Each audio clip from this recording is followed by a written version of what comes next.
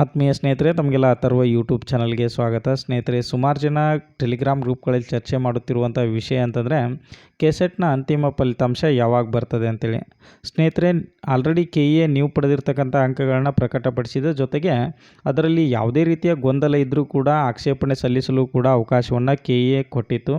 So ಅದೇ ರೀತಿ ಸುಮಾರು ಜನ ಅದಕ್ಕೆ ಆಕ್ಷೇಪಣೆಗಳನ್ನು ಕೂಡ ಸಲ್ಲಿಸಿದ್ದೀರಿ. ಜೊತೆಗೆ ಅವುಗಳ ಒಂದು ಪರಿಶೀಲನೆ ಅಂತಕ್ಕಂಥದ್ದು ಪ್ರಗತಿಯಲ್ಲಿದೆ ಅಂತೇಳಿ ಅಲ್ಲಿರುವಂಥ ಅಧಿಕಾರಿಗಳು ತಿಳಿಸ್ತಾ ಇದ್ದಾರೆ. ಸೊ ಸದ್ಯ KA ಮುಂದಿರುವಂತಹ ಫಲಿತಾಂಶಗಳ ಪಟ್ಟಿಯನ್ನು ನಾವು ನೋಡ್ತಾ ಬಂದಾಗ ಸ್ನೇಹಿತರೆ, KCET ಫಲಿತಾಂಶ ಅಂತಕ್ಕಂಥದ್ದು.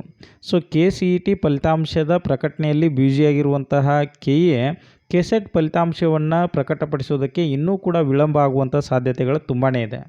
ಸೊ ಅದಕ್ಕಾಗಿ ಸುಮಾರು ಜನ ಹೇಳ್ತಾ ಇದ್ದಾರೆ ಮೇ ಅಂತಿಮ ವಾರದಲ್ಲಿ ಕೆಸೆಟ್ ಫಲಿತಾಂಶ ಅಂತಕ್ಕಂಥದ್ದು ಬಂದುಬಿಡುತ್ತೆ. ಸೊ ಜೂನ್ವರೆಗೂ ಕೂಡ ಹೋಗಲ್ಲ ಅಂಥೇಳಿ.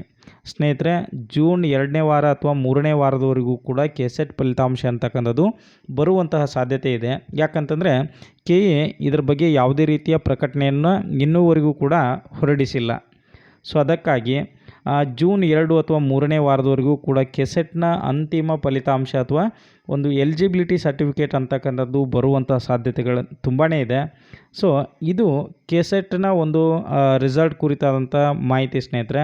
ಸೊ ಯಾಕೆ ವಿಳಂಬ ಆಗ್ತಾ ಇದೆ ಅನ್ನೋದಕ್ಕೆ, ಸೊ KCET ಫಲಿತಾಂಶ ಅಂತಕ್ಕಂಥದ್ದು ಕೆಸೆಟ್ ಪ್ರಕಟಣೆಗೆ ಅಥವಾ ಕೆಸೆಟ್ ಫಲಿತಾಂಶದ ಪ್ರಕಟಣೆಗೆ ತುಂಬಾ ಅಡ್ಡಿ ಆಗ್ತಿದೆ ಅನ್ನೋದನ್ನು ನಾವು ಇಲ್ಲಿ ತಿಳ್ಕೊಬೋದು ಸ್ನೇಹಿತರೆ.